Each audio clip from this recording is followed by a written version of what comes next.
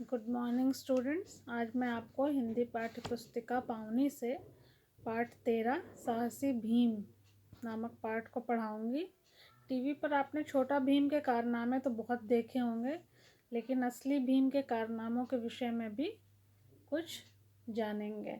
महाभारत के असली भीम ने ऐसे कारनामे किए जिन्हें सुनकर आप आश्चर्यचकित हो जाएंगे।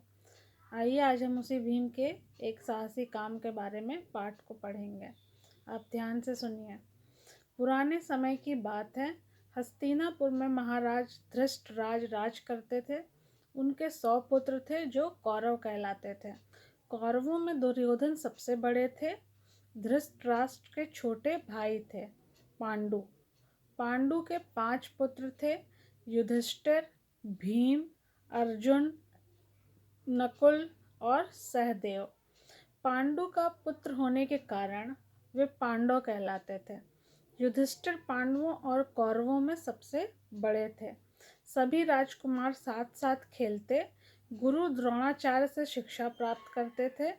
युधिष्ठिर से छोटे भीम खूब मोटे, तगड़े और बलवान थे।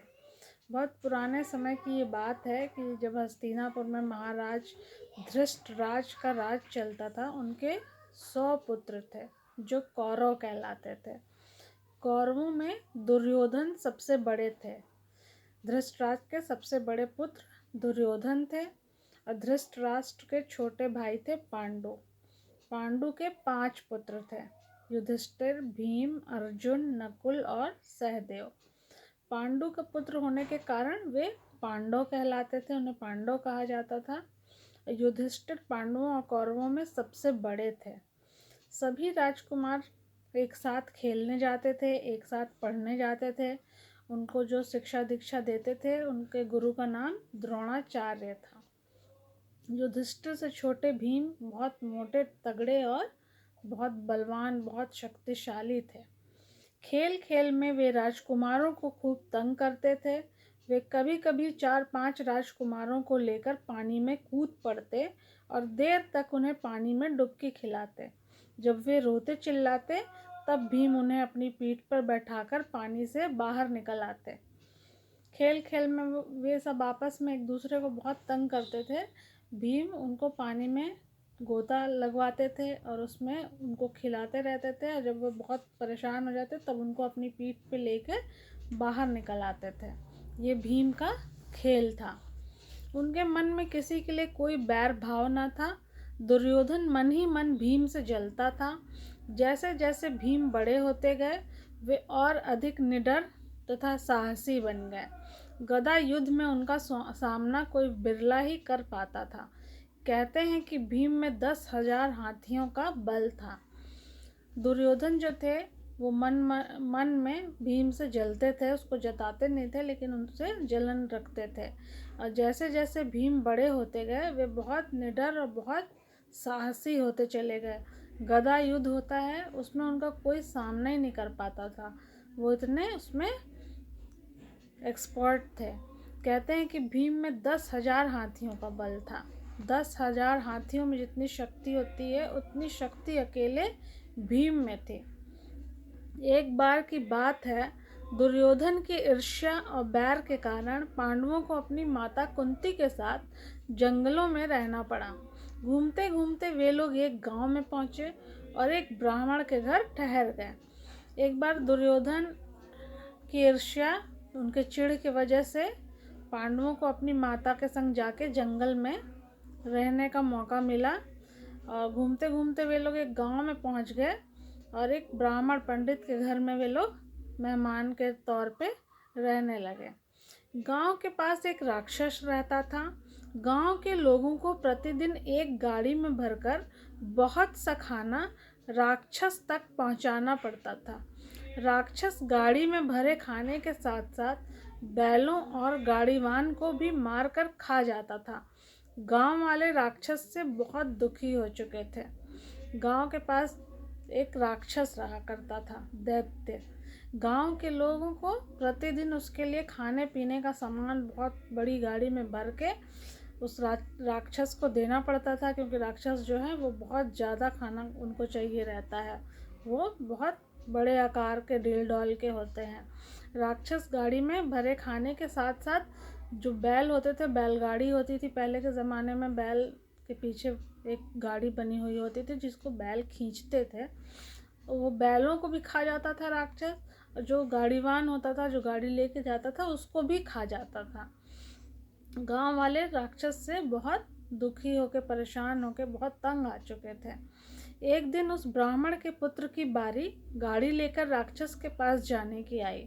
रात भर ब्राह्मण और ब्राह्मणी रोते रहे। पूछने पर उन्होंने बताया, आज हमारा पुत्र राक्षस की भेंट चढ़ जाएगा, वो मार कर उसे खा जाएगा, हम क्या करें।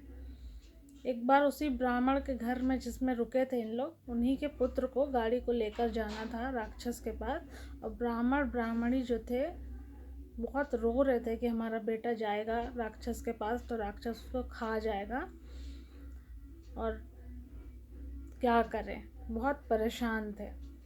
माता कुंती ने उन्हें सांत्वना देते हुए कहा, आप डरिए मत, मेरा पुत्र भीम बहुत वीर और साहसी है। आपके पुत्र के स्थान पर आज वह राक्षस के पास जाएगा। मुझे पूरा विश्वास है कि वह उस राक्षस को अवश्य मार डालेगा। बैलगाड़ी में मिठाई, फल, अनाज और तरह तरह के खाने का सामान लेकर भीम उस राक्षस के पास पहुँचे।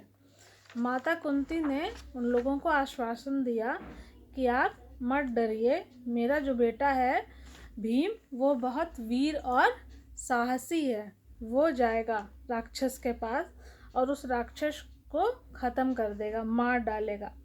बैलगाड़ी में सारा खाने पीने का सामान लेकर भीम उस राक्षस के पास पहुंच गए। भीम निडर और साहसी तो थे ही, वे बड़े मज़े से गाड़ी पर बैठे बैठे फल मिठाई खाने लगे।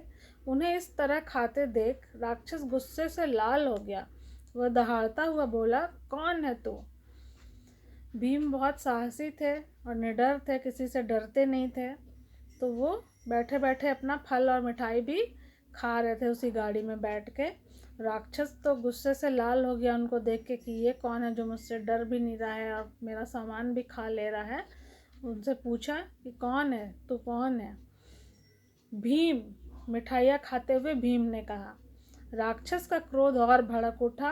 वह दांत पीसता हुआ बोला, वहाँ क्या कर रहा है, इधर आ, देखता नहीं मैं खा रहा हूँ।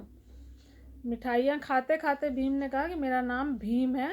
राक्षस का क्रोध और बढ़ गया। वो दांत पीस के बोला बहुत गुस्से में कि वहाँ क्या कर रहा है, इधर आ। तब भीम ने जवाब दिया कि मैं तो खा रहा हूँ, दिख नहीं रहा है। तब भीम का जवाब सुनकर गुस्से में राक्षस भीम के ऊपर झपट्टा मार लिया। भीम भी अपनी गदा उठाकर राक्षस पर टूट पड़े। भीम भी अपने गदे से राक्षस को मारने लगे। राक्षस तो बहुत लंबा चौड़ा और ताकतवर था, पर भीम ने अपनी गदा से राक्षस की खूब पिटाई की। भीम ने राक्षस को धरती पे गिरा दिया और मार डाला।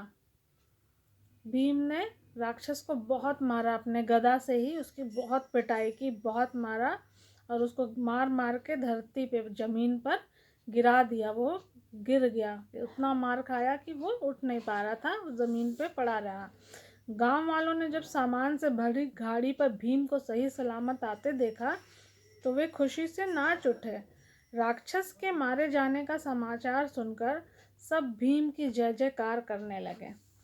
गांव वाले जब सामान से भरी गाड़ी पे सही सलामत वापस आते देखा कि अरे गाड़ी वापस आ गई, बैल वापस आ गए और उस पर भीम भी बैठा हुआ वापस आ गया, तो समझ गए कि राक्षस मर गया।